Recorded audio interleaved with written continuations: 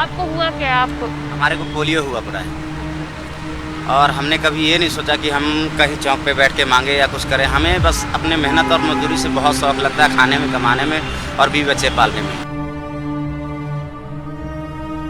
Corona virus के कारण lockdown हुआ था तो बहुत सारे लोग थे जो प्रवासी थे वो पंजाब छोड़ के चले गए बिहार। आपके साथ के बहुत सारे लोग भी गए होंगे, तो आप क्यों नहीं वापस गए अपने घर?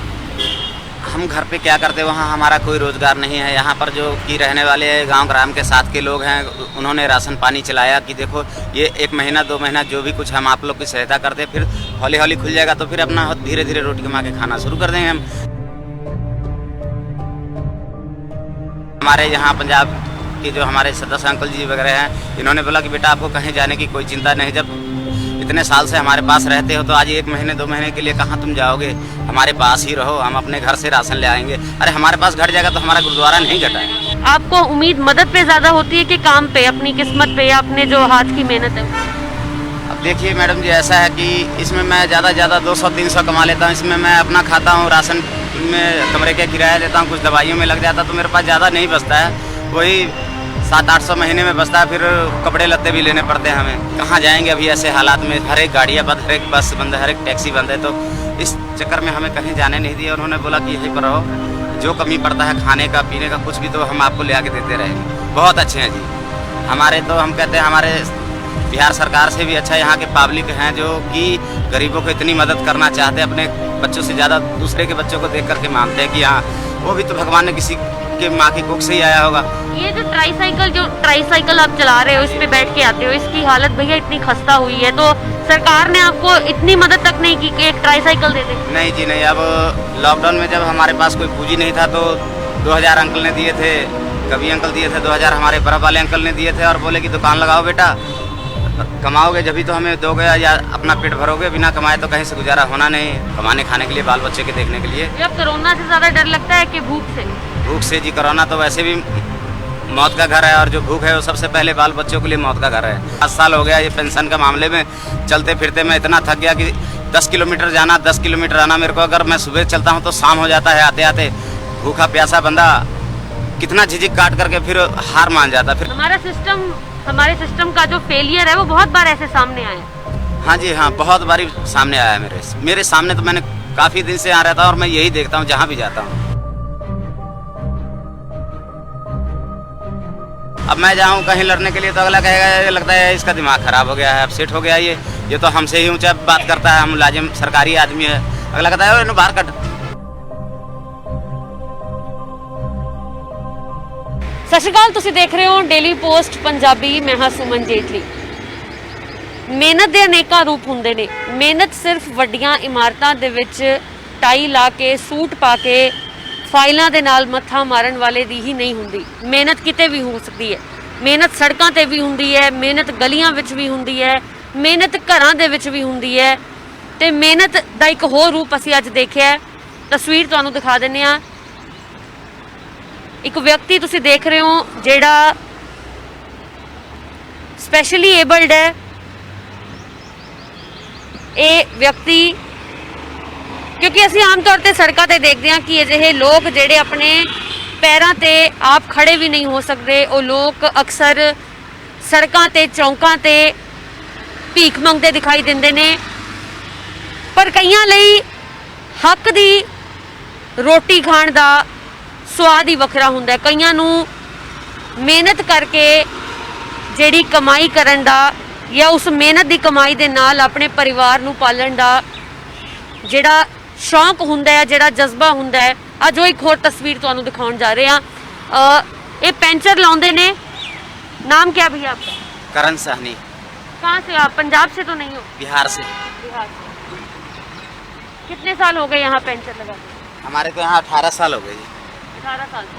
आपको हुआ क्या? आपको? हमारे को पोलियो हुआ पड़ा है और हमने कभी ये नहीं सोचा कि हम कहीं चौक पे बैठ के मांगे या कुछ करें। हमें बस अपने मेहनत और मजदूरी से बहुत शौक लगता है खाने में, कमाने में और बीवी बच्चे पालने में। और हम मेहनत के अलावा और कुछ कर नहीं सकते। और हमें ऐसा फील होता है जैसे कि हम कहीं चौक पे जाते हैं, किसी के आगे हाथ फैलाते हैं तो कोई देने वाला होता है, दे जाता है, और कोई देखता रहता है दूसरे को कि कोई आँख घूरता रहता है, कहता है कुछ जाके कर लो, कहीं बीड़ी सिगरेट बेच लो, कहीं कुछ कर लो, नशे के पैदार कर लो। आप जैसे बहुत ऐसे काम करते हैं, पर नहीं, हमें वो काम अच्छा नहीं लगा। हमें तो जो हमारा काम हमने सीखा था, हमें ये बहुत अच्छा लगा। और हम और भी कुछ ऐसे लोगों को सिखाना चाहते हैं कि वो अपने बलबूते पे कमा करके खाएं और लोगों को दिखाएं कि भी देखो हम इस तरह से हैं और फिर भी हम हिंदुस्तान में अपने कमा के खाते हैं और अच्छे से रहते हैं और हमारी मदद किया जाए जो आप लोगों की तरफ से होता है। तो बाकी ऐसी तो हम लोग, हमारी वाइफ भी है जो कि आंखों से नहीं देख पाते हैं, फिर भी देखिए हमने 2 बच्चे हमारे पास, उनको कमा के खिलाते हैं। ऐसी कोई शिकायत नहीं आने दी है आज तक हमने गांव ग्राम में अपने लोगों के सामने। तो इसके लिए आप लोग ध्यान दीजिए थोड़ा। भैया जब कोरोना वायरस के कारण लॉकडाउन हुआ था तो बहुत सारे लोग थे जो प्रवासी थे वो पंजाब छोड़ के चले गए बिहार, आपके साथ के बहुत सारे लोग भी गए होंगे, तो आप क्यों नहीं वापस गए अपने घर? हम घर पे क्या करते, वहाँ हमारा कोई रोज़गार नहीं है। यहाँ पर जो कि रहने वाले गांव ग्राम के साथ के लोग हैं, उन्होंने राशन पानी चलाया कि देखो ये 1 महीना 2 महीना जो भी कुछ हम आप लोग की सहायता करते हैं, फिर हौली हौली खुल जाएगा तो फिर अपना धीरे धीरे रोटी कमा के खाना शुरू कर देंगे हम। तो ये बात थी हमारे साथ में, तो हम इसलिए हम गाँव नहीं जा पाए। पंजाबियों ने मदद की है लॉकडाउन के दौरान? बहुत, हमारे जैसे कि अंकल जी हैं, हमारे इधर बर्फ वाले अंकल जी हैं, ये बदवाल पिंड से हैं हमारे साथ में, बाड़ेवाल पिंड में रहने वाले अंकल जी हैं, कभी नाम है इनका, और इन्होंने हम लोगों को बहुत सहायता दिया और घर कमरे का किराया तक भी माफ़ कराए हैं इन्होंने चल के कि देखो भाई ये बच्चे हमारे हैंडीकैप्ट है और कभी इन्होंने ऐसा नहीं सोचा कि मांग के खाना है, कमा के खा रहे हैं तो इनको भाई ये मुआवजा दिया जाए कि इनका कोई कमरा किराया नहीं लगेगा, कोई बिजली बिल नहीं लगेगा, जबकि हम लोगों ने अपने घर घर से इनको राशन दी है। ਤਾਂ ਸਾਡੀ ਪੰਜਾਬ ਦੀ ਧਰਤੀ ਗੁਰੂਆਂ ਪੀਰਾਂ ਦੀ ਧਰਤੀ ਹੈ। ਇੱਥੇ ਲੋਕਡਾਊਨ ਦੇ ਦੌਰਾਨ ਵੀ ਪੰਜਾਬੀਆਂ ਨੇ ਲੰਗਰ ਲਾਏ ਨੇ, ਰਾਸ਼ਨ ਦੀ ਸੇਵਾ ਕੀਤੀ ਹੈ। ਤਾਂ मतलब ਤੁਹਾਨੂੰ ਇਦਾਂ ਦੀ ਲੋੜ नहीं लगी कि पंजाब छोड़ के मैं बिहार चले जाऊँ? सानू हमें कोई ऐसा ज़रूरी नहीं पड़ा कि हम अपना पंजाब छोड़ करके अपने बिहार में जाएं। यहाँ से जाते तो 15-20 दिन वहाँ धक्का खाते, वहाँ पर फिर दूसरे के साथ में फिर भी करते कि हमें राशन दिलाइए, आप ये कीजिए वो कीजिए। और ऐसे महामारी के बीमारी में तो कोई जल्दी सुनता नहीं है एक दूसरे की बात, और हमारे पास कोई साधन नहीं कि उसके पास जाएं, किसके पास जाएं। तो हमें हमारे यहाँ पंजाब के जो हमारे सदस्य अंकल जी वगैरह हैं, इन्होंने बोला कि बेटा आपको कहीं जाने की कोई चिंता नहीं, जब इतने साल से हमारे पास रहते हो तो आज 1 महीने 2 महीने के लिए कहाँ तुम जाओगे, हमारे पास ही रहो, हम अपने घर से राशन ले आएंगे। अरे हमारे पास घट जाएगा तो हमारा गुरुद्वारा नहीं घटा है। भैया अच्छा, लॉकडाउन की अगर बात ना करें, वैसे बात करते हैं तो कितना कमा लेते हो दिन में? ये जो पेंचर लगा के आप कहना तो नहीं चाहिए पर आप, ये तकलीफ तो होती होगी जब आप काम करते हो क्योंकि हाथ के सहारे से आपको चलना पड़ता है। तो ऐसा है मैडम जी, देखिए जो तो 200-300 जो बन जाता है, जो कस्टमर आता है इस हिसाब से बन जाता है, तो वही हम घर लेके जाते हैं, उसी में बाल बच्चे खाते हैं और किराया भी जुटा करके रखना पड़ता है एक साइड में। जैसे कि 100 रुपये का खर्चा है राशन का, तो 100 रुपये किराया ज़रूर पड़ जाता है कमरे का, तो 200 से 300 और बाकी जो 150 बचा के रखते कि चलो दवाई के लिए कभी काम आ जाता है। तो यही हमारा रोज़गार है और इसी से हम इतना ही से अपना काम चलाते हैं। बचपन से पोलियो? हाँ जी, बचपन से पोलियो हुआ है। वाइफ क्या करती है? भाई बेचारी वो आँखों नहीं है उनके पास में, वो कभी कभार आ जाते हैं इधर, अगर नगर वाले बहू बुला लेते कि चलो बच्चे उच्चों के लिए ले जाओ, कुछ खाने पीने के लिए, चाहे स्कूल में पढ़ाते हैं तो कपड़े लत्ते ले जाओ, चाहे बैग बिस्तर जो भी है उनके लिए बुला लेते हैं।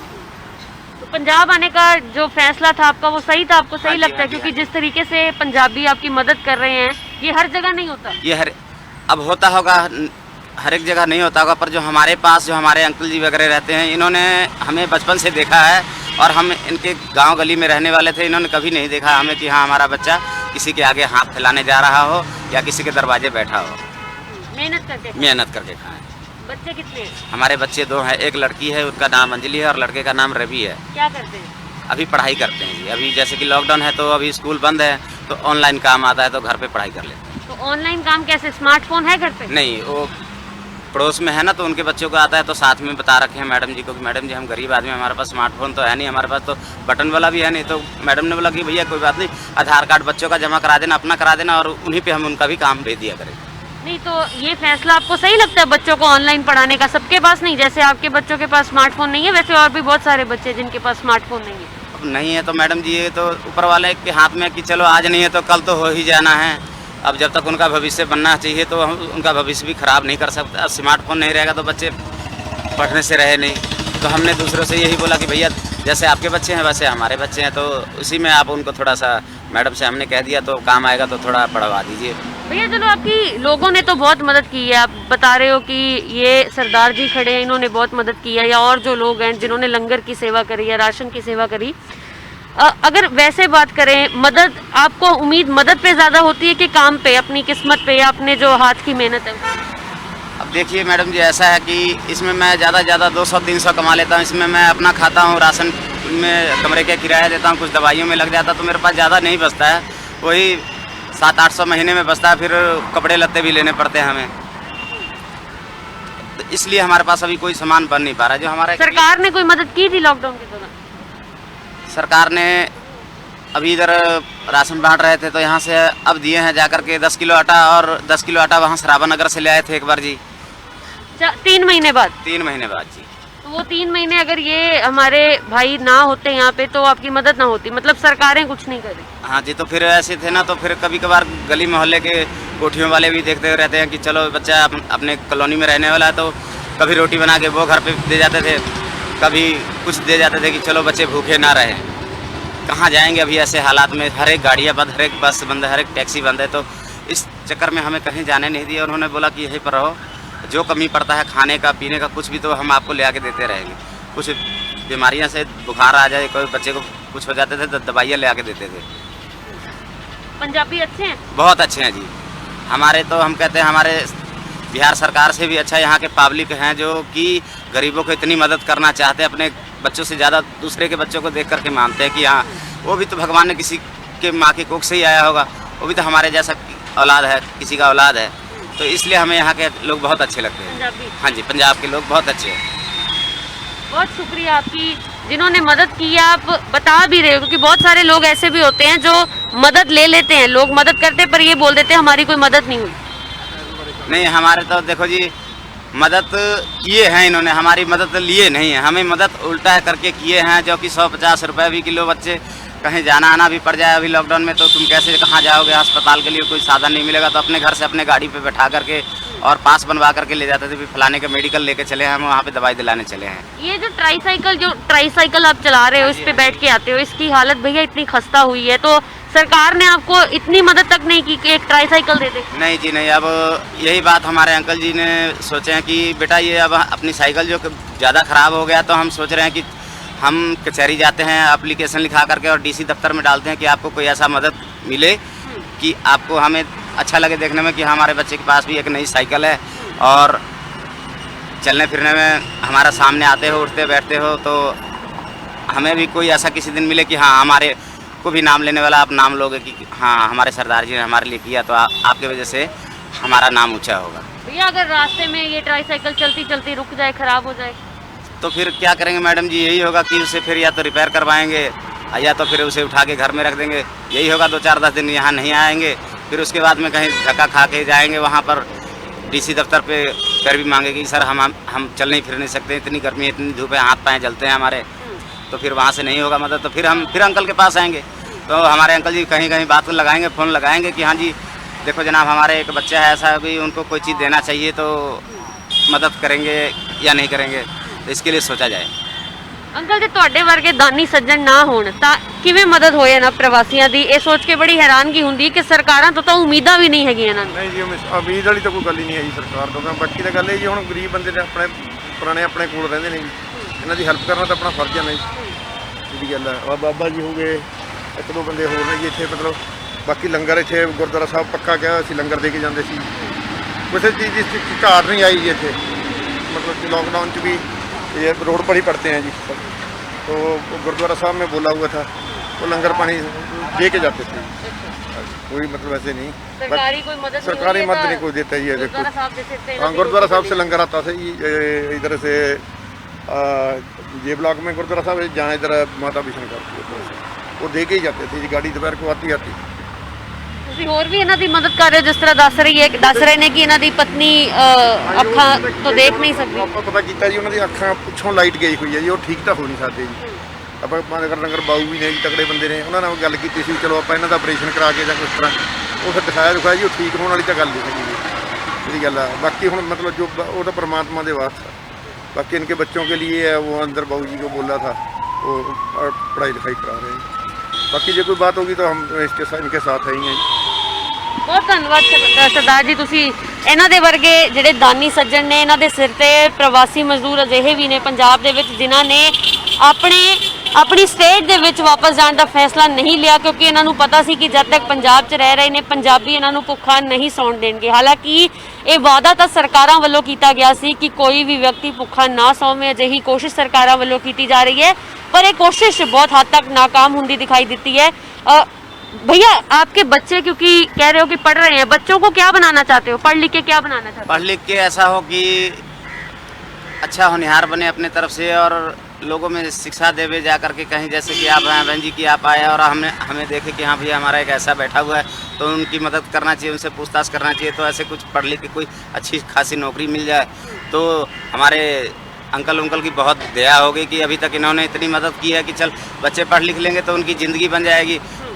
आप तो चलो जैसे हो वैसे हो, फिर भी कमा के तो आप नहीं खिलाना कि बच्चे आपके हैं। तो लॉकडाउन में जब हमारे पास कोई पूंजी नहीं था तो 2000 अंकल ने दिए थे, कभी अंकल दिए थे 2000, हमारे बर्फ वाले अंकल ने दिए थे और बोले कि दुकान लगाओ बेटा, कमाओगे जब भी तो हमें दोगे या अपना पेट भरोगे, बिना कमाए तो कहीं से गुजारा होना नहीं है। अब राशन लेने के लिए निकलते थे तो सरकारी मुलाजिम कहते थे भैया इधर कहाँ जा रहे हो, इधर तो पूरा लॉकडाउन लगा हुआ, उधर तो बंद किया हुआ, इधर कहाँ जा रहे हो। तो हम बोलते थे सर अगर घर में बैठेंगे तो राशन कौन आएगा घर में देने के लिए, लाइन लग जाते हैं 1000 बंदे की, तो हम जैसे लोग तो पीछे रह जाते हैं।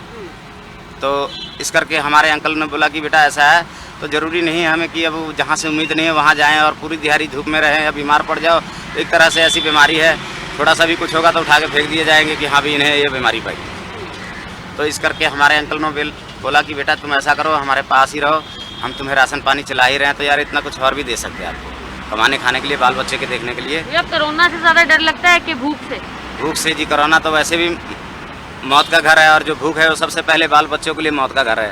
अगर 10 मिनट उनको कोई चीज़ नहीं मिलता है तो जान के ऊपर ले लेते हैं, उठा लेते हैं। तो ये ज़्यादा है ज़रूरी। कोरोना हाँ तो ऐसा बीमारी है ही है कि इसमें पता नहीं कितने न जाने लोग मर गए, और उससे पहले तो बच्चों को देखना है जी, जो राशन पानी ना दिए ना खाने के लिए दिए तो फिर ज़्यादा हम पे भारी पड़ता है। इतनी नाकाम सरकारें हमारी, कुछ कहना चाहते हो? अब सरकार नाकाम है तो देखिए, तो सरकार को सोचना चाहिए। अब अच्छे खासे लोगों का वोटर लिस्ट बनाते हैं और पेंशन लगवा देते हैं, अच्छे खासे 60 साल 65 साल का उम्र होता है तो उनको पेंशन लग जाता है। हमारे जैसे लोग वहाँ पर जाके धक्के खा के 2 साल चले आते हैं, फिर भी कहता है भैया आज भी तुम्हारे इस चीज़ में कमी है। अगर जब पूरा हो जाता है तो कहता है भैया आपका पेंशन लग गया, आप अपने बैंक में जा कर के देखना, वहाँ पर खाता में आपके पैसे आ जाएंगे महीने के। और जब यहाँ आते हम सोचते 1 महीने का क्या आएगा, ज़्यादा बोल रहे थे 250 आएगा, तो यहाँ आके देखे हमने बैंक वाले से बोला भैया देखना जरा हमारा ये विकलांग पेंशन आया, तो कहता भैया इसमें तो कुछ दिखाई नहीं दे रहा है। फिर हम उनके पास गए, हमने बोला कि सर जी ये तो ऐसा है कि हमारा तो ये पेंशन लगा ही नहीं। तो कहता नहीं भैया हमने तो लगा दिया है, वो जमा हो गया है और ये तुम्हारे आपके हाथ में फार्म दिया हुआ है, ये दिखाएंगे तो आपको पैसा मिलेगा। और उसके बाद में आज तक देख लीजिए ऐसा हो गया 7 साल हो गया ये पेंशन का मामले में। चलते फिरते मैं इतना थक गया कि 10 किलोमीटर जाना 10 किलोमीटर आना मेरे को, अगर मैं सुबह चलता हूँ तो शाम हो जाता है आते आते। भूखा प्यासा बंदा कितना झिझक काट करके फिर हार मान जाता, फिर कहता है हे भगवान इससे बढ़िया तो कहीं ना बंदा बैठ के भीख मांग ले, पर सरकारी उम्मीद ना रखे।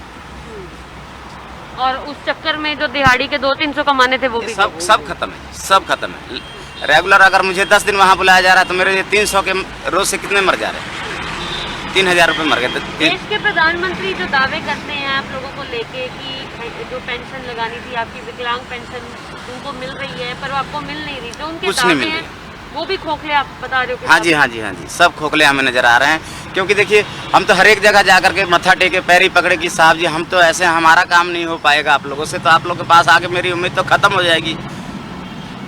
तो कहीं किसी कोई दयालु दिलदार होता है तो देख लेता है कि चल हैंडीकैप जा रहा है तो 150 दे देता है कि बेटा खा लेना। अगर हम उनके दफ्तर में पहुंचते हैं तो ये नहीं कहते हैं कि हाँ भैया आपने पानी पीना है, चाहे वहाँ 10 कुर्सी पे बैठे बंदे होते हैं उनके आगे ठंडा होता है, चाय पड़ा होता है, जो मर्जी पड़ा होता है, पर हम जैसे बंदों को ये नहीं देखता कि उसके शरीर से कितना पसीना निकल गया, ले बेटा एक गिलास पानी पी ले, ऐसा कोई नहीं पूछता है। हमारे सिस्टम का जो फेलियर है वो बहुत बार ऐसे सामने आया है। हाँ जी हाँ, बहुत बारी सामने आया है मेरे सामने, तो मैंने काफ़ी दिन से आ रहा था और मैं यही देखता हूँ जहाँ भी जाता हूँ। एक बार मैं चला गया विकलांग कार्ड बनवाने के लिए, तो वहाँ देखा क्या कहने लगा भैया तुम्हारी यहाँ पर कौन सा नेता है या तुम्हारा कोई है तो काउंसलर, तो उनसे साइन करा के लाइए। मैं कहा बताइए जी विकलांग हम हैं वो थोड़ी हैं जो हम उनसे साइन कराने लेके आएंगे। हम आए हैं आपके दरवाजे, आप हमें कहिएगा कि हाँ भैया आपने क्या कराना है, हमने बोला जी हमने 100% विकलांग हुआ, हमें आने जाने में तकलीफ होता है, कोई बस में कोई रेलगाड़ी में, तो हमारे को ये बना दीजिए आप कार्ड। तो कहने लगे कि ऐसा है तो फार्म खरीद के लाए हो, तो बताइए अब ऐसे बंदे के पास, जिसके पास चाय पीने के 5 रुपये ना हो और वो बेचारा अपना काम ना करा करके वो फार्म के लिए कहाँ जाए, फिर तो वही होगा कि दूसरे से मुझे भीख मांगना पड़ेगा। तो भीख नहीं मांगी? नहीं जी, हम भीख नहीं मांग सकते। हमने सब दिन कमा के खाया और सब दिन कमा के खाना चाहते हैं, ये हमारी उम्मीद है आपसे। परिवार ने कभी शिकायत करी है? अब उनको तो दिखता नहीं है, तो जो घर से बाहर नहीं निकल सकता वो शिकायत के लायक क्या होगा? शिकायत के लायक तो मैं हूँ। अब मैं जाऊँ कहीं लड़ने के लिए तो अगला कहेगा ये लगता है इसका दिमाग ख़राब हो गया है, अपसेट हो गया ये तो हमसे ही ऊँचा बात करता है, हम मुलाजिम सरकारी आदमी है। अगला कहता है इन्हें बाहर कट, तो उसके बाद तो मेरा कुछ चलेगा नहीं। जब वहाँ से मुझे निकाल दिया जाएगा तो मैं तो बोलने जोगा भी नहीं रहूँगा, और वहाँ से टूट के तो मैं सीधा चलाऊँगा अपने घर के दरवाजे, और मैं बच्चों से कहूँगा तो क्या कर लेंगे?